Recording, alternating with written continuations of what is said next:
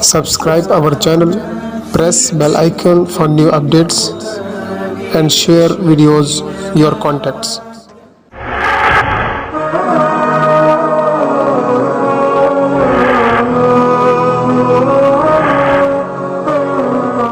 السلام علیکم ورحمۃ اللہ وبرکاتہ۔ الحمدللہ الذی وکفی وسلام علی عبادہ الذین اصطفی، اما بعد۔ ناظرین کرام، کچھ بہنوں کے بھائیوں کے سوال ہوتے ہیں کہ ہم لوگ پریشان ہیں، کچھ بیماریوں میں ملوث ہیں، کوئی کہتا ہے کہ ہم جادو میں ملوث ہیں، کوئی کہتا ہے کہ ہم طرح طرح کی پریشانیوں میں ملوث ہیں، اس سے ہمیں بچنے کے لیے کیا کرنا چاہیے؟ دراصل سب سے پہلے تو ہم لوگوں کو اپنا ایمان پختہ کرنا چاہیے اور ایک اللہ کی عبادت کرنی چاہیے اور آخری پیغمبر محمد مصطفیٰ صلی اللہ علیہ وسلم کے فرمان پر عمل کرنا چاہیے۔ اس کے علاوہ جب ہم بھٹکتے ہیں کسی کے کچھ بات کہنے پر، اور اگر کوئی انسان وہ اس کی نظر میں عالم ہو یا بزرگ ہو یا کوئی بڑی ہستی ہو، تو اس کو چاہیے کہ وہ اس کی بات تب مانے جب وہ قرآن اور احادیث مصطفیٰ صلی اللہ علیہ وسلم کے مطابق ہو، کیونکہ دنیا میں بھٹکانے کے لیے آج بہت لوگ ہیں۔ میں نے میرے اسی یوٹیوب چینل پر آپ دیکھیں گے، میں نے ایک پہلے 3 سے 4 دن پہلے میں نے ایک ویڈیو اپلوڈ کیا تھا جس میں ایک شخص بیٹھا ہوا ہے اور لوگ اس کو ایک بڑا عالم سمجھ رہے ہیں اور اس کے ہاتھ چوم رہے ہیں، اس کو سجدہ کر رہے ہیں۔ نعوذ باللہ، یہ شرک ہے، حرام ہے، یہ غلط ہے۔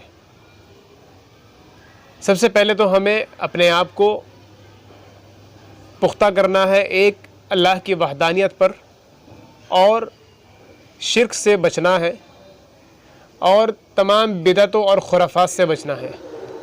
شرک یہی ہے کہ آپ اللہ کے ساتھ کسی اور کو شریک کریں۔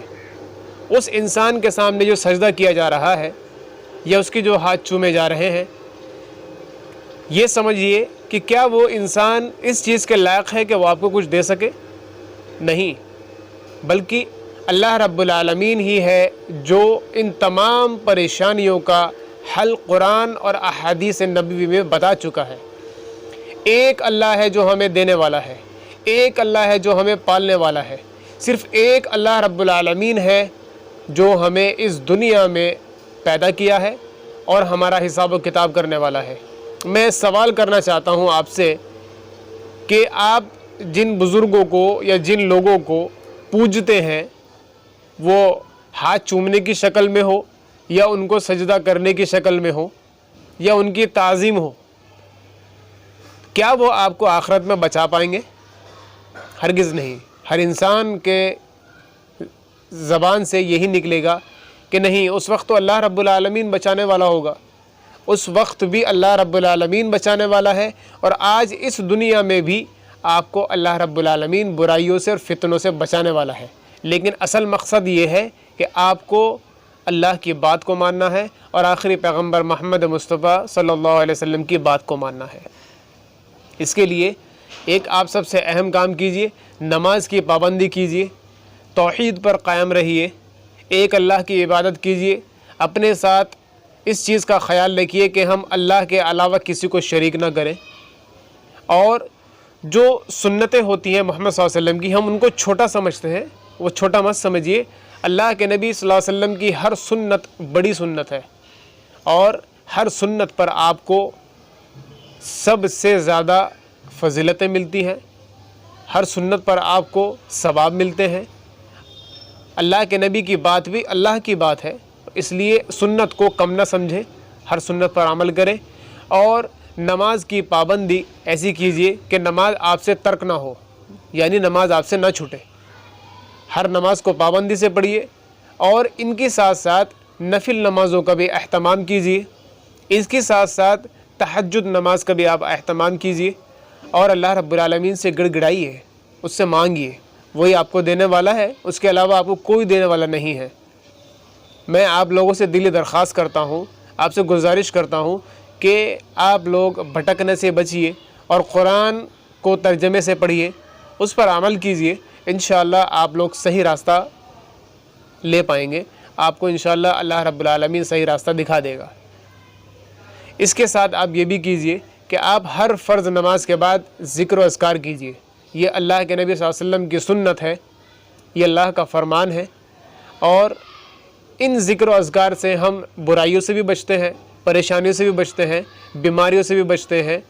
موت کے علاوہ جتنی بھی پریشانیاں، بیماریاں، وبا یا فتنے فساد ہوتے ہیں، ان سب سے ہم محفوظ ہو جاتے ہیں، کیونکہ ہم نماز کے بعد جو ذکر و اذکار کرتے ہیں اس میں اللہ رب العالمین کی سب سے پہلے تعریف کی جاتی ہے، اس کی کبریائی، اس کی بڑائی آپ بیان کیجئے، آپ کو جو بھی یاد ہو۔